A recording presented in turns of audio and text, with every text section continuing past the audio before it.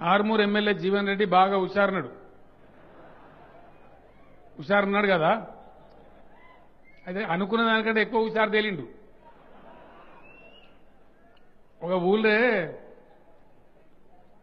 ఒక ఎగిరితం చుట్టం వచ్చాడట. పొద్దున్న లేచి నేను పోతా జల్ది పోతా అంటే ఇంట్లో ఉన్న పెద్ద మనిషి ఉండి కొడుకు చాలా దూరం పోవాలి, ఇప్పుడు బస్సులుగా నా పుల్లేవు ఆ కాలంలో, పిల్లగాడు చాలా దూరం పోవాలని బిడ్డ బుక్కడంత సలన్నం ఉన్నది తినిపోతావా బిడ్డ అన్నాడు. ఆ పెద్దవా సలన్నం తింటా ఉడకన్నం అయ్యేదాకా ఉంటానన్నాడు. జీవన్ రెడ్డి కూడా గట్టే ఉన్నది కథ. ఈ స్కీమ్ ఇస్తే చాలు సార్, నాకు మీరు వచ్చి పునాది అవుతేస్తే చాలన్నాడు.